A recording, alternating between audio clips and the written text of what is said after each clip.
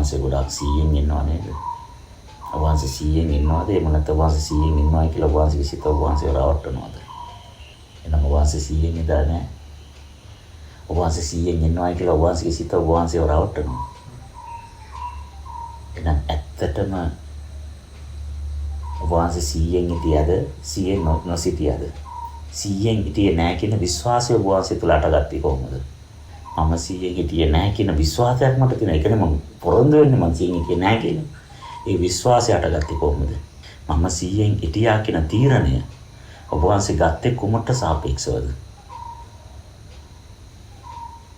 ඒ දැකපු වස්තුවට සාපේක්ෂවද? එහෙම නැත්නම් ඒ වස්තුවේ තොරතුරු වලට සාපේක්ෂවද? එහෙම නැත්නම් ඒ වස්තුව මත පීඨපු හරමුණට සාපේක්ෂවද? එහෙම නැත්නම් ඒ වස්තුවේ සිත සොලවන්නේ නැතුව ඒක මත පීඨලා තියපෙකට සාපේක්ෂවද? මොකට සාපේක්ෂද ඔබ වහන්සේ 100න් හිටියයි කියන එක තීරණය කළේ? ඔබ වහන්සේ කලින් පැයේ 100න් හිටියා. කලින් පැයේ 100න් හිටියා.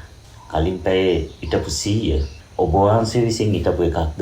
එහෙම නැත්නම් මේම 100න් ඉන්නවයි කියන එක කලින් තීරණය වෙච්ච එකක්ද? Already decided in the universe. Action and reaction theory. ඒක තීරණය කළා.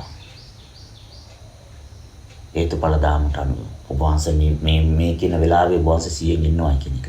එතකොට කලින් තීරණය වෙච්ච එකක් නම් ඒක 100න් හිටියයි කියලා ඔබ වහන්සේ කළේ මොනවද? ඔබ වහන්සේ දැන් මොනවා එකක් කරලා තියෙනවනේ 100න් හිටියයි කියලා. ඒ ඔබ වහන්සේ කරපු කොටස මොකද්ද? ඒක කලින් තීරණය වෙච්ච එකක් නෙමෙයි. ඔබ වහන්සේ කරපු එකක් නෙමෙයිනේ. ඒතර ඔබ වහන්සේ ඒකට ඉන්වෝල්ව් වෙලා මොනවද කළේ? ඔබ වහන්සේගේ පාර්ට් එක මොකද්ද ඒකේ? ඔබ වහන්සේ ඉඳලා තියෙනවද එතන? ඔබ වහන්සේගෙන් යමක් දෙවිලා තියෙනවද? මෙන්න මේක තේරුම් ගත්තොත් එහා දැන් පැහැදිලිද? ආත්මෙ එක කොච්චර සංකීර්ණද කියලා. ඒකයි බුදුරජාණන් වහන්සේ කියන්නේ සක්විති රජකම කරන්න පුළුවන්. රජකම කරන්න පුළුවන්. නිකන් වත් ටිකක් කාලා ගහකට වාඩි වෙලා ඉන්න එක කරන්න බෑ. ඒක යම් කිසි උත්තරයක් කරනවා නම් එයා මා ලොකු කර්තව්‍යයක නිරත වෙච්ච කෙනෙක්.